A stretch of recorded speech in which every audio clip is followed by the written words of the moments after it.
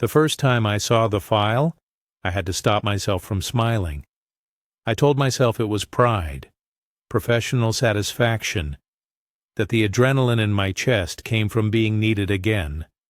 But even then, long before they realized, I knew it wasn't about solving a case. It was about revisiting a masterpiece.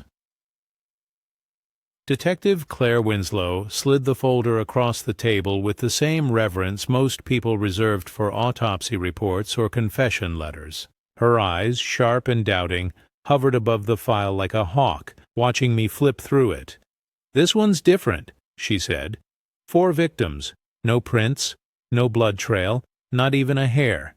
It's surgical. I nodded, flipping through photos I'd already memorized. The 4th one, Christina Hall, still wore the red scarf I'd picked out. My fingers brushed the corner of the glossy print. In her expression, frozen mid-recoil, was a trace of fear and recognition. I had miscalculated the timing by just seconds. "I've read the others," I said, setting the folder down. "You're right. This isn't random."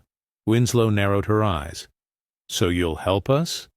That was the lie they'd written in the papers. Retired FBI profiler returns to hunt a serial killer. But it wasn't the killer they needed help finding. It was themselves. I told them I needed time. Space, notes, photos, crime scenes. They gave it all without resistance. I was the hero returning from exile, the profiler who cracked the August Strangler, the man who stopped the hospital poisoner in Kansas City. But none of that mattered now. What mattered was that I could no longer ignore the part of me that needed to be admired, even if it meant admiration for horror. At the precinct, they had a nickname for him.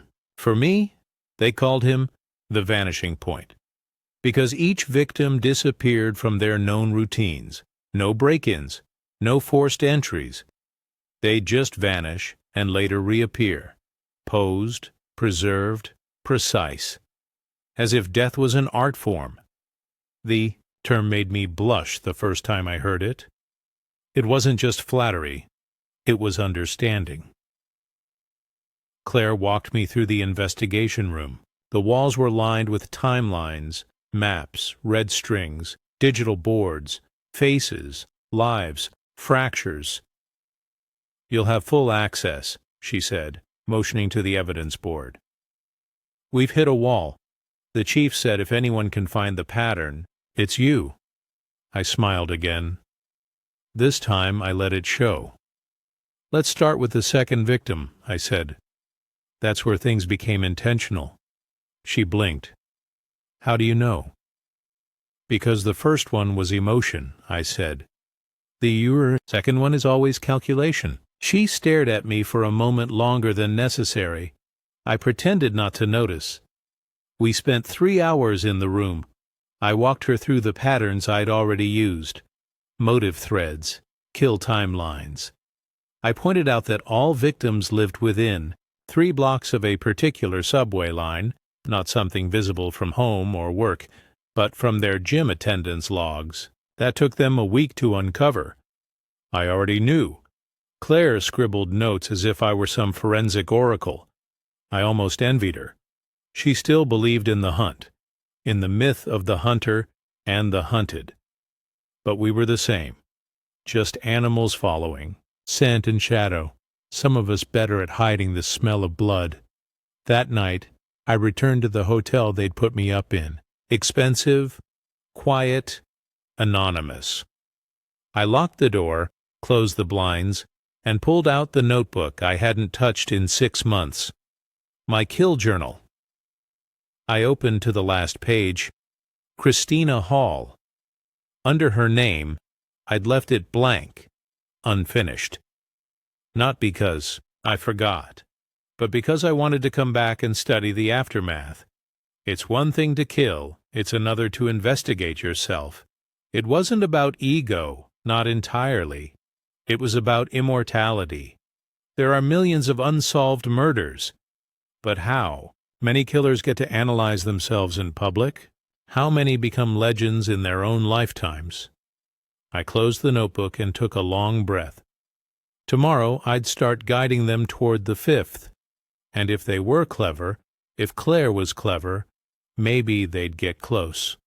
But not yet. The next morning, Claire brought coffee and impatience. "We double-checked your subway line theory. It holds," she said. "How did we miss that?" "You were looking at routine," I said. "Not obsession. The killer doesn't follow their routines. He follows their escapes." She leaned back, visibly disturbed. "What about the posing?" she asked. All victims found curled toward the right side, eyes closed, red scarf. Now we were getting intimate. "It's symbolic," I said.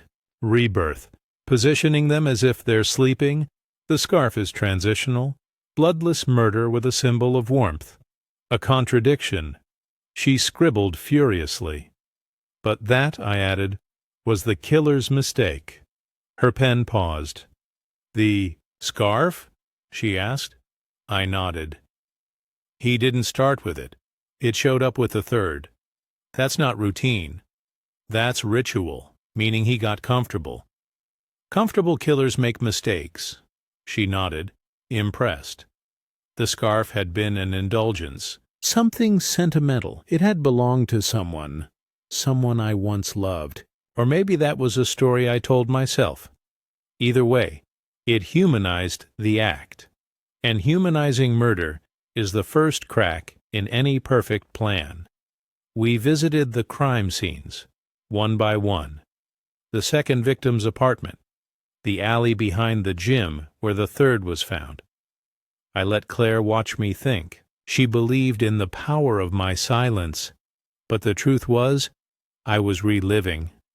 At each scene, I could feel the echo of who I was, the angle of the body, the pressure I applied, the final breath. It wasn't remorse, it was reverence. Like revisiting an old cathedral where you once believed in something divine.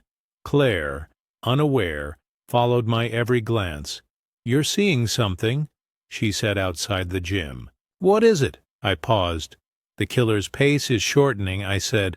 "First and second, 6 months, then 4, then 3, the next one will be soon." "How soon?" I turned to her slowly. 2 weeks? Max. She nodded, swallowing. Tension. "We need to warn the public." "No," I said quickly. "He's watching. If we spook him, he'll vanish again. Let him feel safe. Let him think he's invisible." She bit her lip, unsure. And for a moment, I thought she was starting to see it. The way she looked at me changed ever so slightly, like a hand brushing against glass, sensing a reflection was off. But then it passed. She nodded again. "You're right. We wait." I smiled. We were getting close. Back at the precinct, I sat alone in the glass conference room, flipping through printed maps, victim locations, crime scene sites, safe zones. I needed to give them something, just enough to keep their faith. I circled a small park near the river. "Next one's here?" I said when Claire returned. She froze. "Why?" "2. Many blind spots," I said. "Perfect entry and exit. The victim will be someone transient, jogger or tourist. No strong connection to the others. Just enough to throw you off." She stared at the map. "You sure?" I met her eyes. "I'd bet my life." She walked away slowly, clipboard in hand, and I leaned back, hearing the faint echo of footsteps on pavement, wind in the trees. I had already chosen her. She was already gone. It was already over. She was found exactly where I said she'd be, beneath the willow tree at the east edge of Riverside Park, just behind the sculpture garden. Posed rightward, eyes closed, red scarf drawn gently over her collarbone like a final gesture of kindness. Claire's hands trembled when she arrived. Her voice tried to stay sharp, clinical, but her face betrayed her. He knew, she said to no one. He knew exactly where this would happen. Her partner, a thick-set man named Ruiz, gave her a look. "You saying Becker's psychic now?" I stood off to the side, the morning sun casting clean shadows across the dew-soaked grass. Crime scene techs tiptoed around the body. I didn't need to look. I had already memorized every detail before I laid her down. Claire turned slowly toward me. "You were right again," she said. I nodded, as if burdened by being correct. Ruiz crossed his arms. "How'd you narrow it down so fast?" I hesitated, just long enough to seem reluctant. "Pattern," I said, "but also behavior. He escalates when he feels invincible." He wanted it to be seen. Claire squinted. "But he still left no trace. No hair, no DNA, nothing." I glanced at the scarf. "He's starting to enjoy the display. It's not just about killing anymore. It's about control. That's his weakness." She nodded slowly, visibly shaken. Ruiz wasn't convinced. He muttered something under his breath and wandered toward the tent. He was right to be suspicious, but suspicion is not proof. That was always the beauty of it. I hadn't just learned how to catch killers. I'd learned how to think like the ones who didn't get caught. I studied them, emulated them, built their profiles into a skin I could wear when needed and peel off again without bleeding. And Claire, despite her instincts, was still looking for the wrong man. We returned to the station with the weight of failure on everyone's shoulders but mine. Another body. Another blank report. Another stab at a killer too perfect to exist. Claire sat across from me in the debrief room, fingers tight around a coffee cup, elbows on her knees. "I don't get it," she whispered. "We were there. We had patrols, surveillance, and still, he's watching us," I said. "He's inside the case, maybe not physically but intellectually. He's ahead because we're feeding him." She looked up slowly. "Feeding him how?" "By moving predictably," I said. "We analyze, then react. He anticipates the analysis and plants accordingly." Claire stared. Something passed between us. She didn't say it, but the thought was there, lingering in the silence like an aftertaste. "Then why aren't you being fooled like the rest of us?" I stood and moved toward the board. The faces stared back. 5 women, 5 different lives, 1 thread. I pointed to the scarf again. "You said it started with the 3rd victim, right?" Claire nodded. "That's a shift. Before, the kill was the message. Now the presentation is the message." Meaning he wants to be recognized," I said. "He's begging us to see him." That part was true, not because I wanted to be caught, but because the mask had grown too heavy. That night I wandered the streets of the city alone. It was the only time I felt close to the line, between who I pretended to be and who I was beneath the layers, the profiler, the analyst, the man with all the answers. That was the mask. The real me? The boy who watched his mother choke on blood in a trailer kitchen, who learned early that control was safety, that silence was survival, that if you wanted to matter you had to disappear, just enough to become untouchable. When I killed the first one, it wasn't about rage, it was about erasure. Removing a version of me I didn't want to carry anymore. I thought one would be enough. It never is. By the 5th, it had become a language. Now I walked in the open air, surrounded by lives I'd never touch. Mothers pushing strollers, couples holding hands, men rushing to somewhere important. I wasn't part of them. I never had been, but I knew how to make them stop and listen. I paused outside a convenience store, watching the reflection of passing cars in the glass. Then I heard footsteps behind me. Not hurried, not aggressive, just deliberate. I turned. Claire. She looked uncertain. No badge, no coat, just jeans and a hoodie. Civilian mode. "I figured I'd find you walking," she said softly. I didn't ask how she knew. We both knew she'd been watching, me longer than she admitted. "You okay?" I asked. She shrugged. "I don't know. I thought maybe you'd be the one person who'd understand." I tilted my head. "Understand what?" She looked down at her hands. "I lost someone," she said. "Long before all this. My sister. It was never solved. Everyone said she ran away, but I never believed that. And now every case I work, every time a girl turns up posed like a doll, I wonder." Her voice cracked. I said nothing. Not yet. "I don't know why I'm telling you this," she said, "but something about the way you talk about the killer, like you see him, like you are him." I kept my expression calm. "You mean I profile him?" "No," she whispered. "I mean you understand him. You don't sound horrified. You sound like you admire it." Silence. Then, "Should I be worried?" There it was. The question I'd been waiting for. I took a slow breath. "If you're worried," I said, "then you're closer than anyone else has ever been." She blinked. I smiled. "Which means you're doing your job." It was true in a twisted way. She was the first one who didn't look away. The next day, I gave them a lead. Something real. Something not entirely true, but true enough to chase.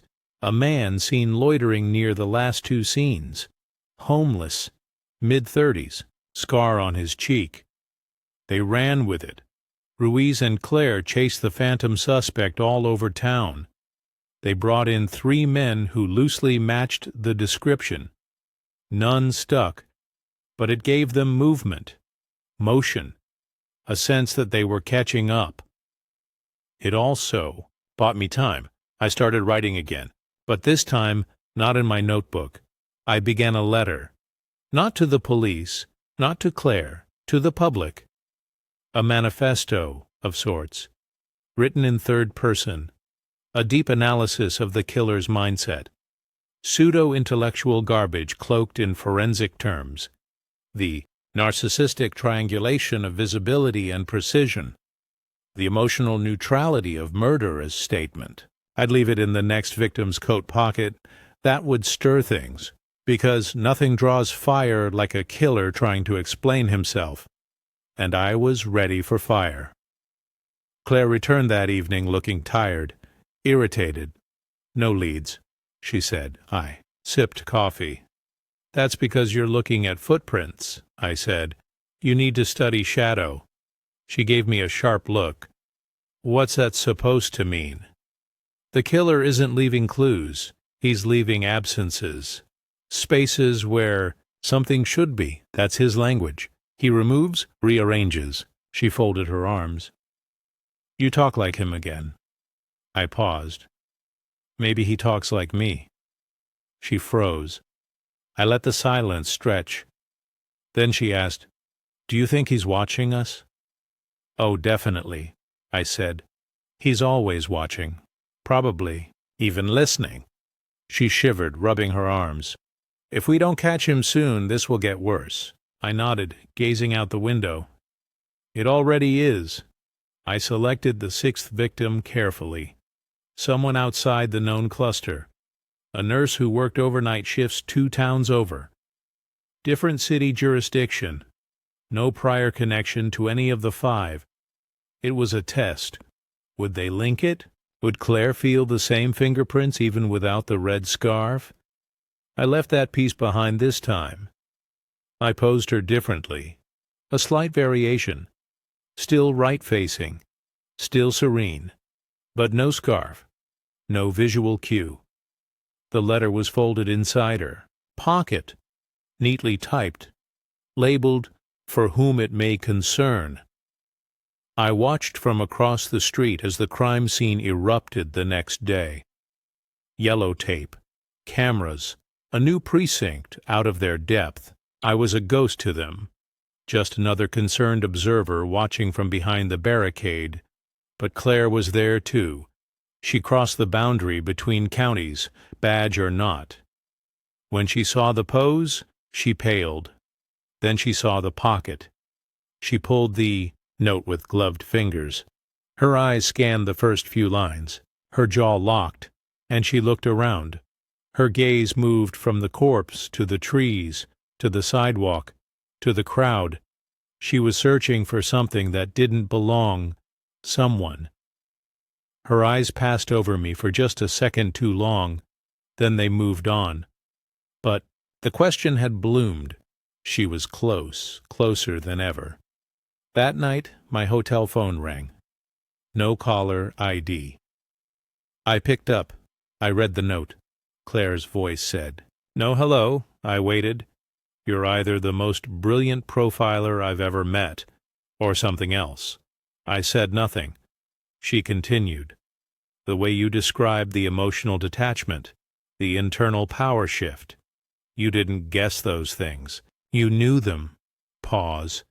"You want me to see you, don't you?" I let the silence thicken, like blood in water. Then, "What would you do if you did?" She hesitated. "I don't know," she whispered. I hung up and smiled. It didn't take her long to find it. The printer. The model used for the manifesto note.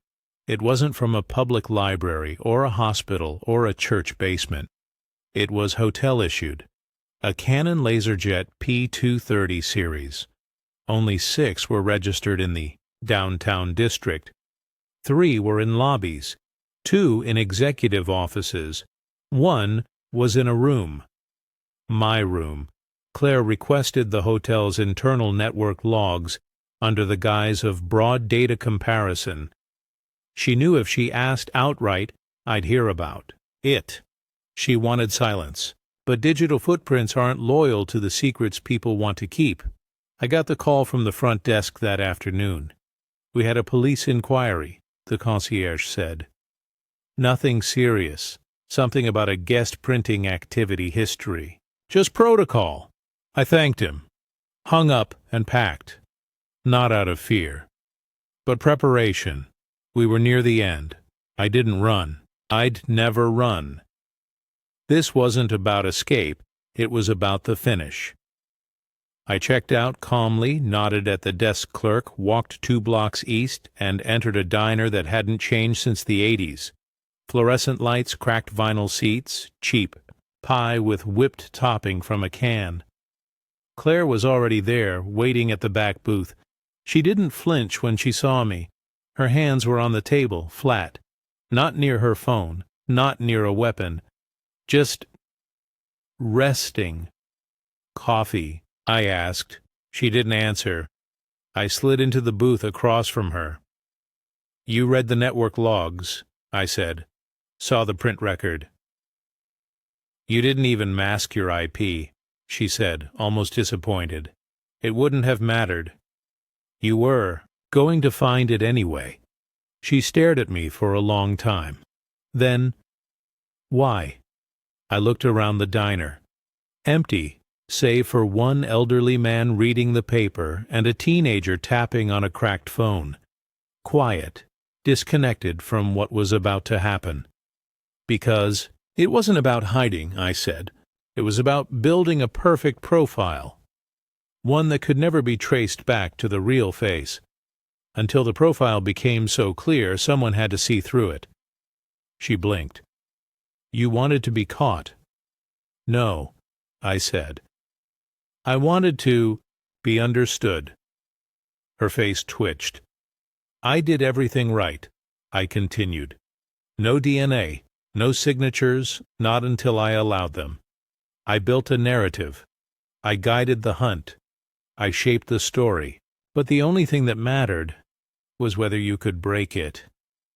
Claire shook her head. This isn't a story. These are lives. I know, I said, and each one was a mirror.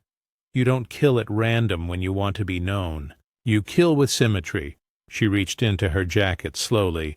I noticed the bulge. Not a gun, a recorder. You're going to confess, she said. I smiled.